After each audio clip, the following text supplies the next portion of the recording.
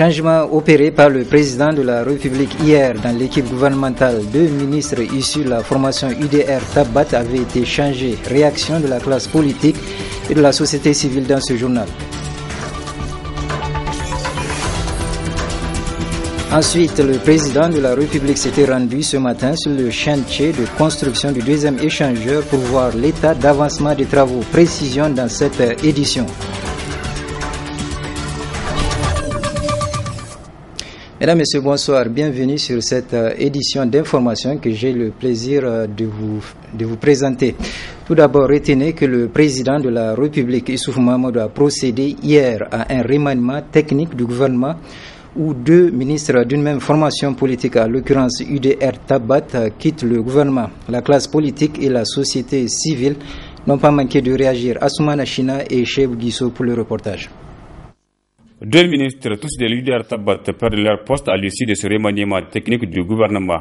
Il s'agit de Amadou Boubacar Sissé du plan, du développement communautaire et de l'aménagement du territoire et Ousmane Abdou de la culture.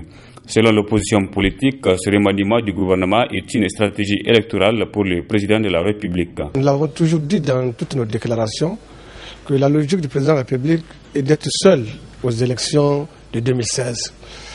Et nous avons déjà dit cela il y a 2 ans de cela, qu'il a eu à contacter les principaux partis de la majorité pour qu'ils ne puissent pas se présenter en 2016.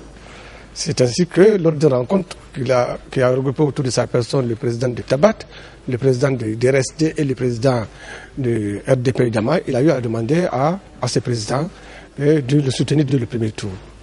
Si c'est le président de Tabat a exprimé une opinion contraire, il a fait savoir qu'il se présentera. Et c'est à partir de là que le clash est parti.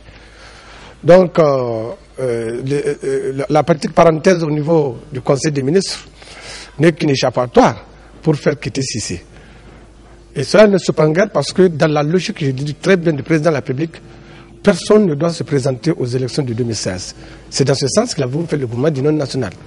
Pensant avoir fini avec l'opposition, maintenant, nous l'avons déjà prédit, il va chercher à concasser les partis de la majorité qu'il a déjà commencé. Donc, cela ne nous a pas du tout surpris. Aujourd'hui, par les actes posés par le président de la République, il a créé les conditions pour faire renaître la RN. Cela voudrait dire que la conséquence, il a créé les conditions pour qu'en 2016, il échoue. Au sein de la société civile, l'on pense que ce remaniement du gouvernement n'a pas tenu compte de l'intérêt général. J'ai vu dans les réseaux sociaux que c'est lui le responsable de l'endettement. Bon, en réalité, il n'est pas responsable de l'endettement, mais il s'identifie à l'endettement. Parce que son comportement vis-à-vis de l'endettement a traversé plus d'un régime. Mais il a eu toujours l'agrément de ses chefs. Et dans tous les cas, si c'est par rapport à cela, mais ça ne vaut pas la peine. Parce que le mal, l'irréparable, s'est produit déjà. Déjà, on est suffisamment endetté. L'autre aspect, bon, j'ai entendu qu'on dit qu'il est frondeur, mais il l'a été toujours. Donc, si c'était vraiment pour ça, il devrait partir depuis. Et s'il n'est pas parti, et si à ce moment-là, s'il arrive qu'effectivement, la pression que les gens ont, c'est qu'il a quitté le gouvernement, c'est que pour moi, ce n'est pas pour l'intérêt général. C'est pour d'autres intérêts, c'est pour d'autres calculs qui n'ont rien à voir avec l'intérêt général.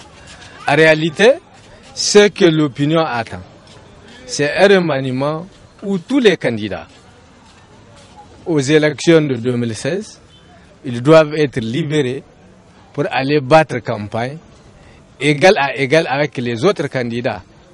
Parce que on ne veut plus voir, durant cette campagne qui ne dit pas son nom, des gens avec des véhicules officiels qui font campagne. Ce remaniement technique du gouvernement alimente le débat au sein de l'opinion publique qui se demande si les 2 ministres ont été remerciés ou s'ils sont partis d'eux-mêmes. Le président de la République, Issoufou Mahamadou, était ce matin sur le chantier de construction du deuxième échangeur de Niamey, situé au rond-point des Martyrs. Le président est allé se rendre compte de l'état d'avancement des travaux à environ 2 mois de l'expiration du délai contractuel. Compte rendu Souleymane Barma et Sadou Doumi. Le deuxième échangeur de Niamey compte beaucoup pour la résolution du récurrent problème d'embouteillage au niveau des principales artères de la capitale. Raison pour laquelle le président de la République a effectué le déplacement sur le chantier de construction de cette importante infrastructure pour s'enquérir de l'état d'avancement des travaux. Issoufou Mahamadou a reçu d'amples explications de la part des responsables de l'entreprise chargée de l'exécution de ces travaux, ce qui rassure le chef de l'État quant au respect du délai de réception du deuxième échangeur de Niamey, prévu en principe pour le mois d'octobre prochain. Je suis totalement satisfait du niveau d'avancement. Et comme vous le savez, il était prévu que l'échangeur soit terminé à la fin du mois d'octobre 2015. Et je pense qu'il en sera ainsi, surtout que nous avons lancé il y a quelques semaines les travaux du troisième échangeur. Alors il faut que ce chantier actuellement en cours finisse assez vite avant le démarrage du chantier du troisième échangeur pour éviter des complications de circulation au niveau de la ville de Niamey. Et je pense que les délais, comme l'entrepreneur s'y est engagé, vont être effectivement tenus et que l'échangeur sera prêt à l'exploitation à la fin du mois d'octobre. Le développement d'un pays passe par la construction d'infrastructures modernes. C'est pourquoi les autorités de la 7e République ont décidé d'investir dans ce domaine, a ajouté le président de la République. Non seulement ici à Niamey, dans le cadre de Niamey-Niala, mais également à Dosso. Vous avez vu les réalisations dans le cadre du projet Dosso-Soga et actuellement sont en cours de réalisation dans le cadre du projet Maradi-Kolia. Les autres grandes villes du Niger vont suivre, Zender, Agadez, Difa, Tawa et Tillabéri. Cette visite du chef de l'État au deuxième échangeur de Niamey met donc fin aux rumeurs qui font état d'interruption des travaux par les Chinois. Fin cet après-midi des travaux du séminaire de formation sur le trafic illicite concernant la migration. Cette formation organisée par l'Agence nationale de lutte contre la traite des personnes qui a duré 2 jours avait regroupé les procureurs de la République et les responsables des forces de défense et de sécurité. Compte rendu Nafis Zakou et Ibrahim Abdou. C'est sur une note de satisfaction totale qu'ont pris fin les travaux entrant dans le cadre du séminaire de formation sur le trafic illicite relatif à la migration organisé par l'Association nigérienne de lutte contre la traite des personnes en collaboration avec la mission civile de l'Union européenne et Cap Sahel intitulée Formation désert. Cette formation a regroupé les procureurs de la République et les responsables des forces de défense et de sécurité des régions les plus confrontées au phénomène du trafic illégal de migrants. Un nouveau partenariat est né entre Cap Sahel et l'Agence nationale de lutte contre la traite des personnes. Et dans ce cadre, avant toute opération, avant nos premières interventions, nous avons estimé important de réunir les procureurs des régions les plus concernées par les questions de trafic illicite de migrants et les hauts responsables de la police, de la gendarmerie, de la douane et de la garde nationale pour une réunion de 2 jours pour les édifier d'abord sur la loi portant trafic illicite et qu'est-ce que la loi prévoit pour mieux combattre la problématique du trafic illicite de migrants et comment mieux prendre en charge les victimes et réprimer les trafiquants. Et cette réunion nous a permis aussi de revenir sur le texte et de voir les aspects sur lesquels les procureurs de la République devraient le plus travailler. Dans son discours de clôture, la secrétaire générale du ministère de la Justice est revenue sur la loi relative au trafic illicite de migrants adopté depuis le 26 mai 2015. Suite à de nombreux drames survenus dans le désert nigérien et ayant occasionné d'importantes pertes en vies humaines, l'État du Niger, qui a déjà ratifié la Convention des Nations Unies sur la criminalité transnationale organisée, a adopté le 26 mai 2015 une loi relative au trafic illicite de migrants.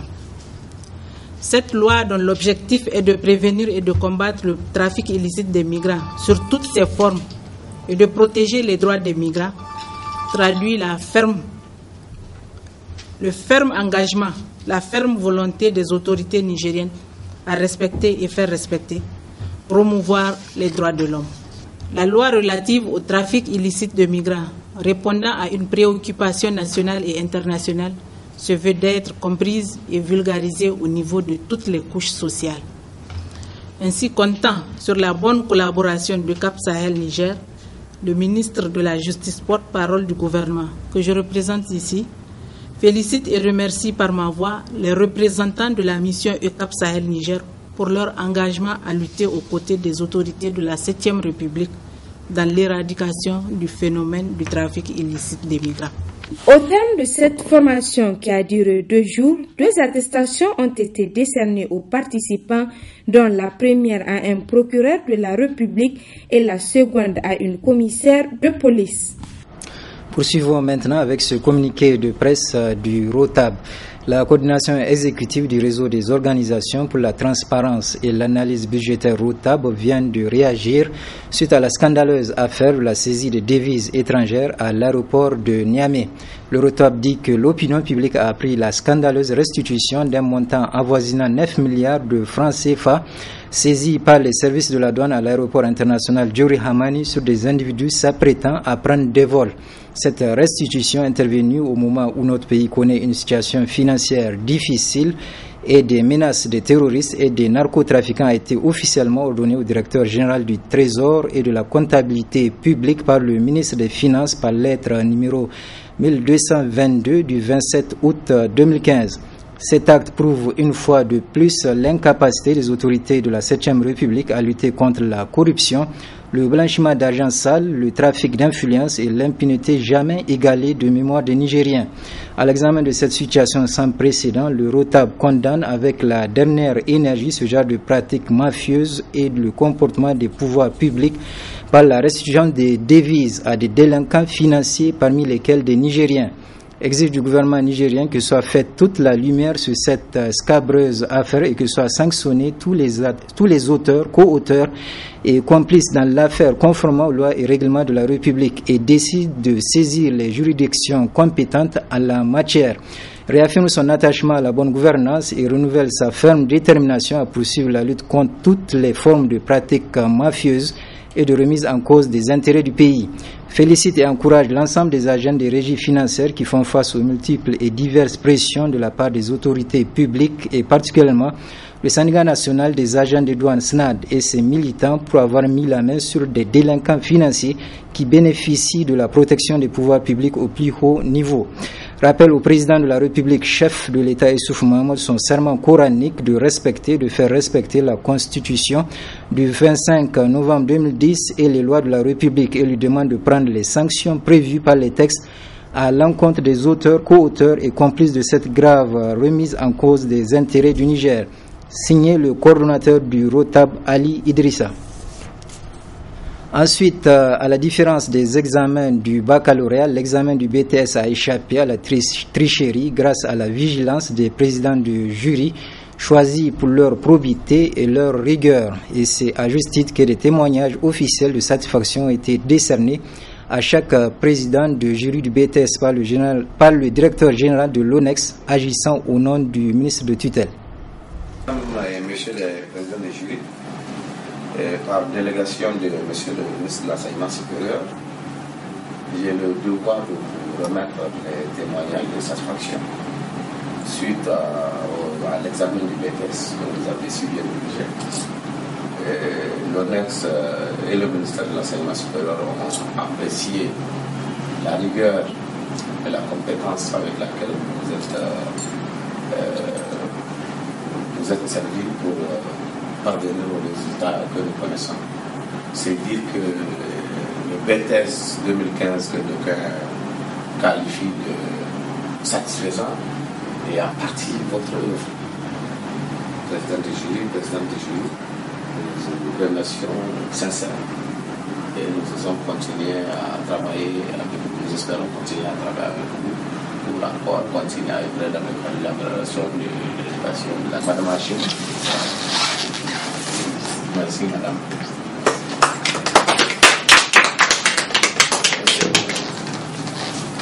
Docteur Afsou Magazi.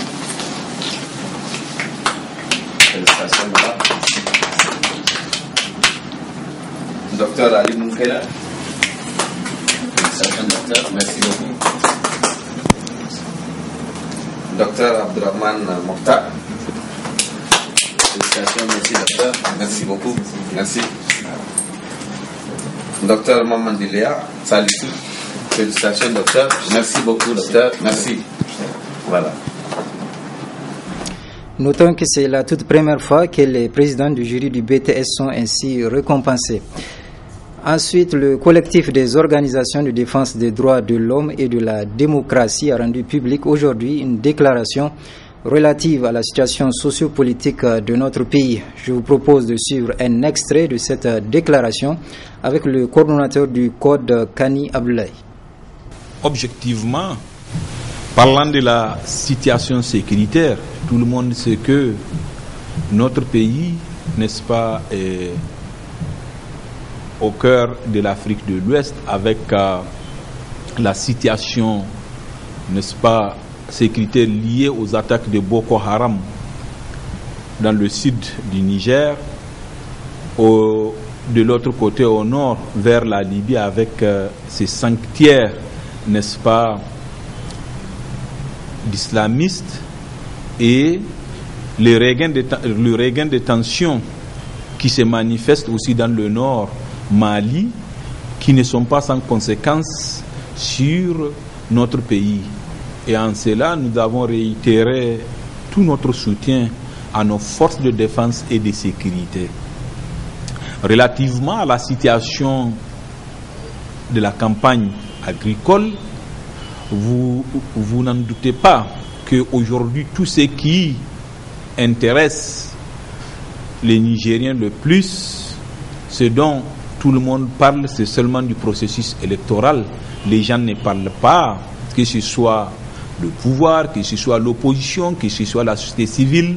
Beaucoup d'entre nous restent focalisés sur la tenue des élections, alors que nous sommes dans une campagne hivernale qui, d'abord, dans son installation a connu un retard. En cela, nous avons attiré l'attention du gouvernement pour que des mesures d'idoine, n'est-ce pas, soient prises pour empêcher aux populations nigériennes, n'est-ce pas, des lendemains difficiles et les assurer une sécurité alimentaire. De l'autre côté, nous avons interpellé et nous l'avons dit, les détenteurs des enjeux électoraux. C'est quoi pour nous les détenteurs des enjeux électoraux? C'est la Cour constitutionnelle, le juge électoral, c'est la Commission électorale nationale indépendante, la CENI, qui est en charge de conduire le processus électoral, le CEFEB, qui est le comité du fichier biométrique, qui a la charge, n'est-ce pas, de nous faire un fichier électoral, n'est-ce pas, consensuel, fiable, parce que pour nous, on ne peut y avoir des élections fiables, transparentes, libres et indépendantes que lorsqu'il y a un fichier consensuel. En cela, nous avons appelé, n'est-ce pas, la classe politique également, et tout le monde a un sursaut national, afin que, même si c'est un débat national, dans le respect de la légalité, pour que les gens puissent avoir un consensus sur le fichier électoral. Nous avons également, n'est-ce pas, lancé un appel à toute la société civile et aux autres parties prenantes afin, n'est-ce pas, d'accompagner pour que nous ayons des élections libres, transparentes et indépendantes.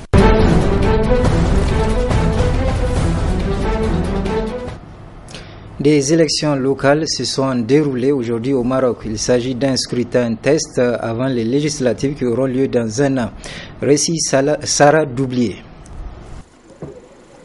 Écoutez, pour l'instant, le scrutin ne crée pas beaucoup de surprises ni de remous. Le taux de participation, première tendance qui a été fournie par les autorités, eh bien c'est 12% à la mi-journée. C'est un taux de participation qui est équivalent aux dernières élections qui se sont déroulées au Maroc, élections communales en 2009. Donc même taux de participation, pas beaucoup donc d'évolution en termes d'abstention, parce que les élections ici au Maroc, les rendez-vous électoraux sont en général bien marqués par un fort taux d'abstention. Le parti de la justice et du développement joue bien sûr effectivement sa popularité à travers ces élections locales. Le PJD devra compter avec une opposition farouche incarnée par deux principaux partis de l'opposition. Le parti d'Istiklal qui avait claqué la porte du gouvernement il y a de ça 2 ans à travers son tumultueux chef de parti Hamid Chabat, l'actuel maire de Fès, mais aussi le parti Authenticité et Modernité, ennemi juré du parti islamiste du PJD. Le PAM avait déjà remporté la majorité des mairies en 2009. Il avait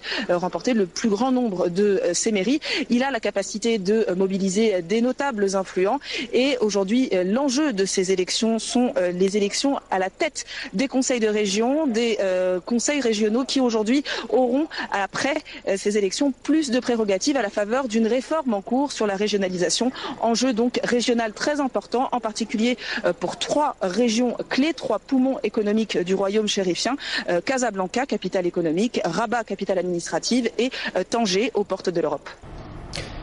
Ensuite, le choc hier, l'émotion aujourd'hui. Le père d'Elan Kurdi est retourné à Kobané en Syrie pour enterrer sa femme et ses 2 fils, dont l'un a été retrouvé noyé sur une plage en Turquie. Syrie, Sandrine Gomez. Un retour en terre natale dans un cercueil. C'est le dernier symbole du drame des migrants en Méditerranée. Pour le père rescapé, cette cérémonie à Kobané, c'est une façon de rendre un dernier hommage à sa femme et ses 2 enfants, morts dans le naufrage en pleine nuit de leur embarcation. J'espère que mon histoire servira de leçon. J'espère qu'on aidera ces gens, qu'on arrêtera tous ces massacres. Nous sommes tous des êtres humains, comme les Occidentaux.